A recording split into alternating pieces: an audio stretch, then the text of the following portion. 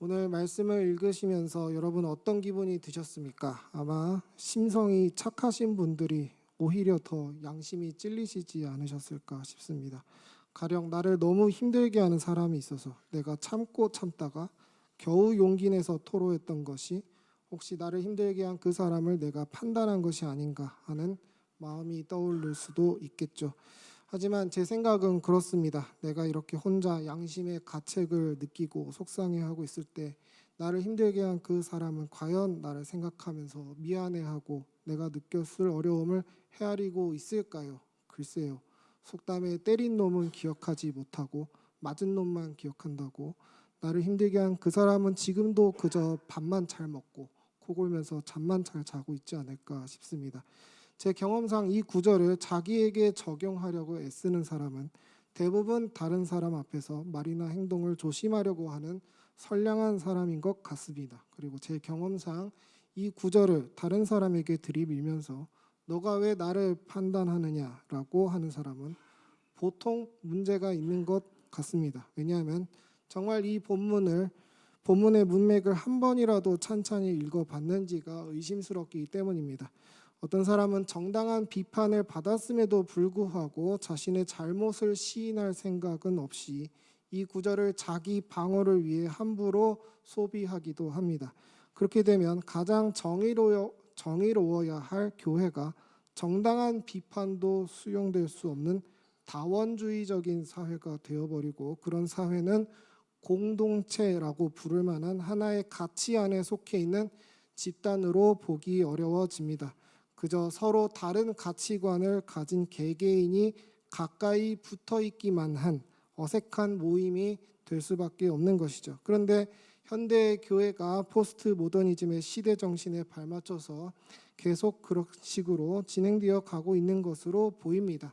교리에 대한 지식도 없고 성경도 토막토막으로 자기의 감정과 상황에 맞는 것만 듣고 기억하다 보니 서로 아는 바도 다르고 믿는 바도 달라지고, 그럴수록 무엇이 옳고 그른지에 대해 판단하기가 어려워집니다. 그리고 바로 그런 상태야말로 사탄이 가장 좋아하는 교회의 분열된 모습, 한몸 되지 못한 모습이 되는 것이죠. 그렇기에 오늘 이 말씀을 한번 살펴보는 것이 교회의 보존을 위해 중요하다는 생각이 들어서 오늘 설교를 준비하게 되었습니다. 오늘 말씀을 통해 하나드림교회가 한 분 하나님의 영광만을 높이고 하나님의 뜻 안에 하나의 몸으로 모이는 거룩한 시간이 되기를 소망합니다. 오늘 읽은 본문의 앞뒤 문맥을 보면 판단하는 것 자체에 대한 메시지는 전혀 없습니다. 말인즉 문맥의 핵심 메시지는 따로 있고 판단하는 행위는 그 메시지의 적용에 해당된다라는 것이죠. 야고보서 4장 전체에서 드러나는 문맥의 핵심적인 메시지는 사실 세상 사람들과 다를 바 없이 개인의 욕망대로 사는 세속적인 삶에 대한 내용입니다. 문맥을 한번 살펴보자면 1절부터 야고보는 정욕에 대한 경계의 메시지를 전합니다. 그 다음 2절에서 야고보는 타락한 싸움과 다툼의 본질은 어떤 정의가 아니라 욕망이라고 합니다. 4절에 여러분 성경을 보시면 가늠한 여인의 죄를 나무라는 내용이 등장하는데, 이는 언뜻 보면 문맥에서 벗어나는 이야기를 하는 것처럼 보입니다. 하지만 욕망이라는 문맥 안에서 보면 가늠한 여인들의 죄는 그저 단순히 간음 안에만 머물러 있는 것이 아니라 4절 하반절에 세상과 벗한다라는 표현에서 볼 수 있듯이 세속화라는 뿌리에서 나오는 하나의 가지라는 것을 알 수가 있습니다. 그리고 5절에서 야고보는 성령님의 시기하심에 대해 말하는데요. 사실 시기라는 것은 긍정적인 감정이 아니죠. 야고보 스스로도 2절에서 이 시기를 세속화로 인해 발현된 증상으로 말한 바 있습니다. 그래서 사실 시기라는 것은 세속화의 한 발현이기 때문에 성령님이 시기를 하신다는 말은 언뜻 받아들이기 어려운 말씀입니다. 하지만 뒤따라오는 6절에서 볼 수 있듯이 우리를 향한 성령님의 시기는 자기의 욕망을 따른 것이 아니기에 그 시기는 세속적인 시기와는 다른 열매를 맺습니다. 세속적인 시기는 다른 사람을 공격하게 되지만 성령님의 시기는 우리가 더욱더 하나님을 사랑하도록 은혜를 주시는 방식으로 승화되는 것입니다. 다른 사람에게 더 사랑받고 싶은 욕망을 내가 먼저 더 사랑하는 모습으로 승화시키시는 이 성령님의 모습을 우리도 닮아야 하겠습니다. 바로 그런 의미에서 7절에서 10절까지의 말씀을 통해 야고보는 성령이라는 좋은 본을 따라서 이 욕망의 통제를 명령합니다.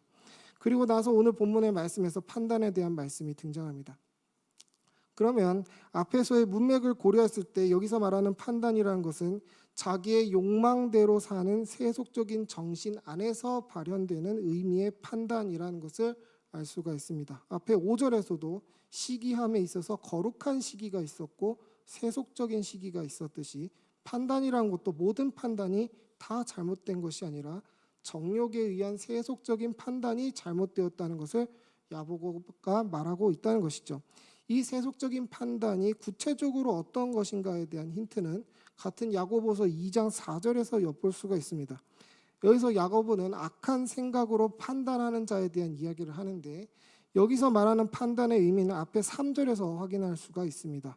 예배 시간에 좋은 옷을 입은 사람을 보고는 귀한 사람이다라고 판단하여 좋은 자리로 안내하고 가난한 자는 그냥 와서 조용히 있다가 가라는 식으로 대하는 모습을 보고 야고보는 사람을 그런 세속적인 눈으로 판단하지 말라고 하는 것입니다.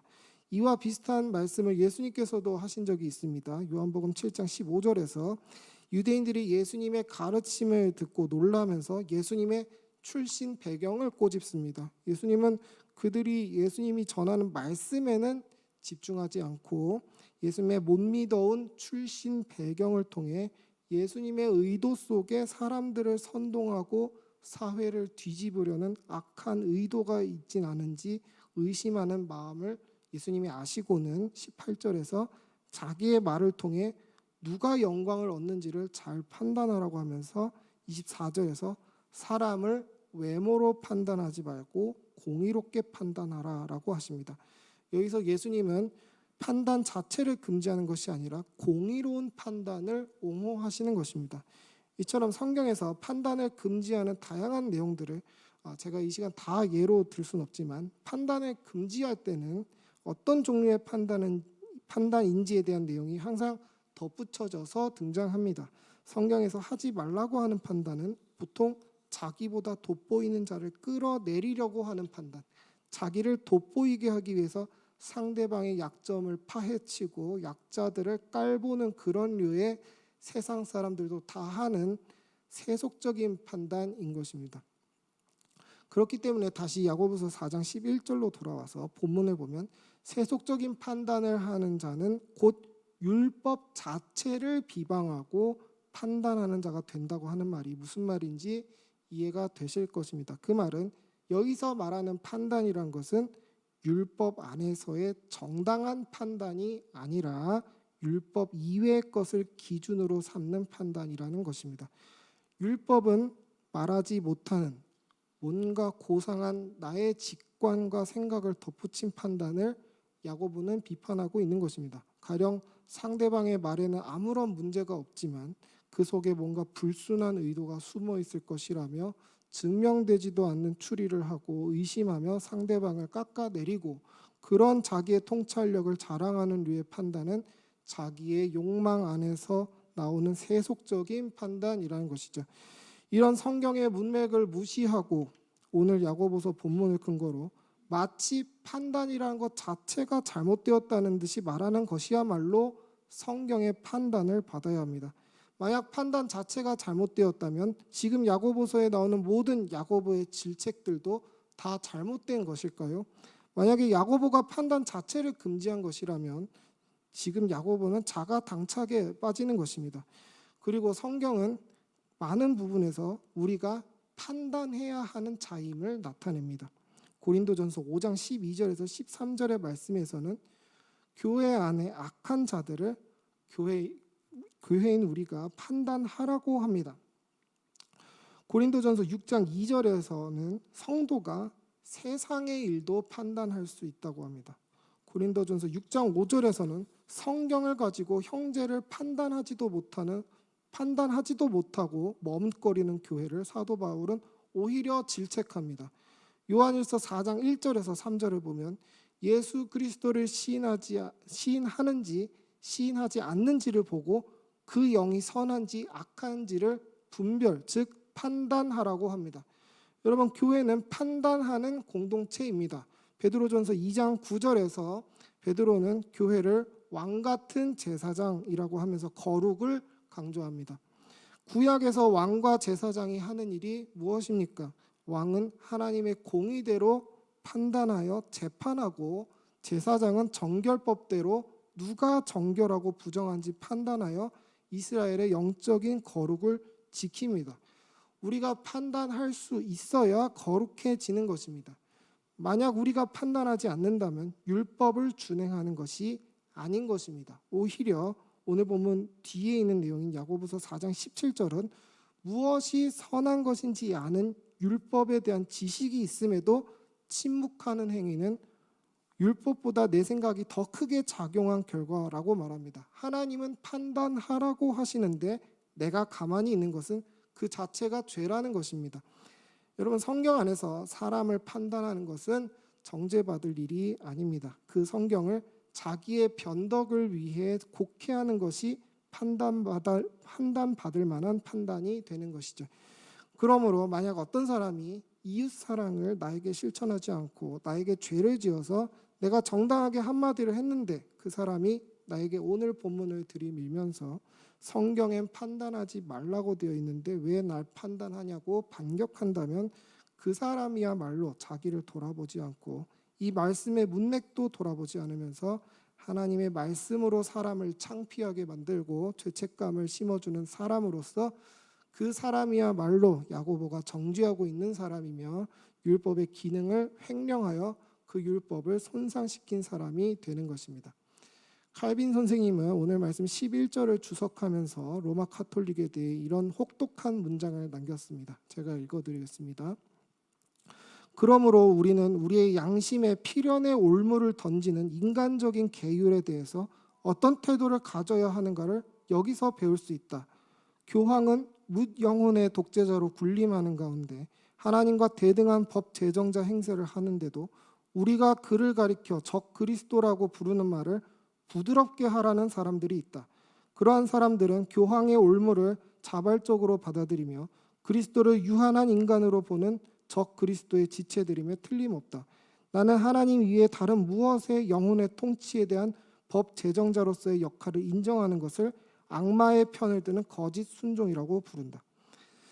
여기서 칼빈이 말하고자 하는 바를 설명해 드리자면 성경에 근거하지 않는 세속적인 판단을 법제화해서 교회에 남발하고 교회를 타락시키는 장본인이 교황인데 그 교황을 비판하는 칼빈 자신에게 오히려 오늘 이 야고보서의 본문을 들이밀면서 판단하지 말라라고 가르치려 드는 어떤 사람들에 대해서 칼빈이 어이가 없다는 것입니다. 교회를 타락시키는 자에 대한 비판을 어떻게 부드럽게 하라는 거냐고 하는 것이죠. 말씀 안에서 거룩한 판단을 해야 한다는 것입니다. 여러분, 여기서 우리는 칼빈 선생님의 용기를 본받으면 좋겠습니다. 말씀 안에서 내린 거룩한 판단이 있다면 교황이라는 거대한 세력 앞에서도 칼빈 선생님처럼 담대해질 수 있습니다. 왜냐하면 그 판단 속에는 우리의 욕망이 있는 것이 아니라 예수 그리스도가 함께 하시기 때문입니다. 흔히들 마태복음 18장 20절을 합심 기도에 대한 본문이라고 착각하는 사람들이 많은데 이 구절은 사실 판단에 대한 구절입니다. 문맥을 보면 18장 15절에서 형제의 죄에 대해 어떤 사람이 판단하고 그러지 말라라고 권고합니다. 16절을 보면 그 권고를 형제가 무시합니다. 17절을 보면 그 형제가 교회의 말도 듣지 않습니다. 그러면 출교됩니다. 그 교회의 판단에 대해 교회가 두려워하거나 미안해할 필요가 없습니다. 18절을 보면 교회는 그럴 권위가 있습니다. 19절을 보면 그 출교에 대한 결정에는 하나님의 승인이 있습니다. 말씀에 입각했기 때문이죠. 그리고 마침내 20절에 오면 그 결정 속에 그리스도께서 자기도 함께 하겠다고 언약하시는 것입니다. 교회의 판단은 율법 속에, 말씀 속에 있기 때문에 그 판단은 사람의 판단이 아니라 교회의 머리이신 그리스도의 판단이 된다는 것입니다. 그러므로 여러분, 오늘 야고보서의 본문을 우린 두려운 마음으로 받아야 하겠습니다.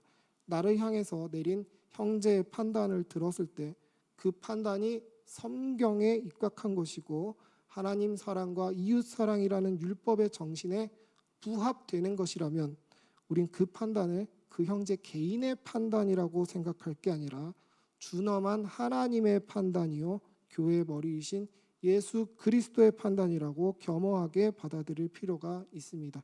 그때에는 그 형제를 개인으로 볼 것이 아니라 교회로 공적으로 바라봐야 합니다. 왜냐하면 그 형제의 말을 거부하는 것은 그 형제 개인의 의견을 거부하는 것이 아니라 공적인 말씀을 거부하는 것이 되기 때문입니다. 하지만 그 반대의 판단에 대해서는 우리가 전혀 주눅들 필요도 없고 두려워할 필요도 없습니다. 오히려 담대하게 그 부당한 판단과 싸워서 그런 세속적인 판단의 기준이 교회 내에 퍼져나가지 않도록 해서 교회의 거룩을 지켜내야 합니다.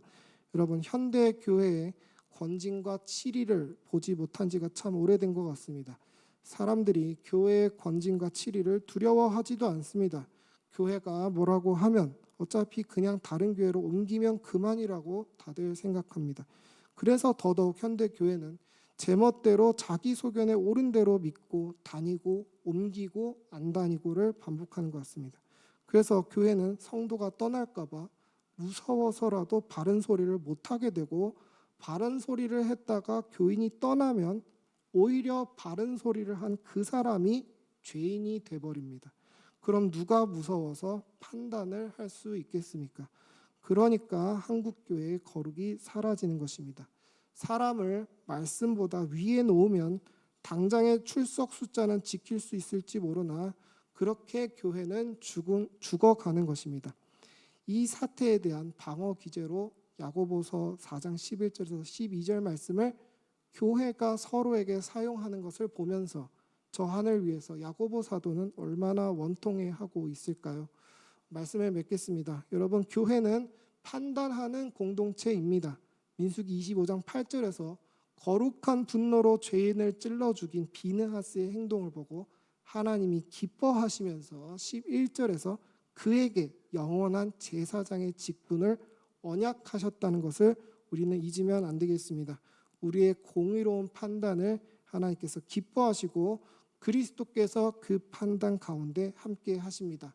하지만 우리는 언제든지 우리의 욕망대로 판단할 수 있는 죄성을 가진 사람이라는 것을 항상 염두에서 나의 판단 속에 세속성이 없는지를 돌아보고 항상 말씀의 원리대로 말하고 행동하는 것을 잊지 않는 우리가 되기를 주님의 이름으로 축원합니다.